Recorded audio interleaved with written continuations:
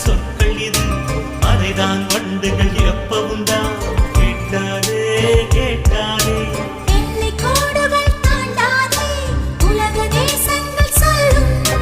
பறவை கூட்டங்கள் கேட்காதே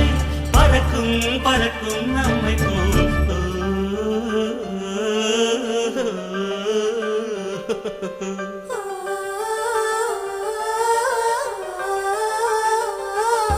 கவிதைகள் சொல்லவ உன் பெயர் சொல்லவ இரண்டுமே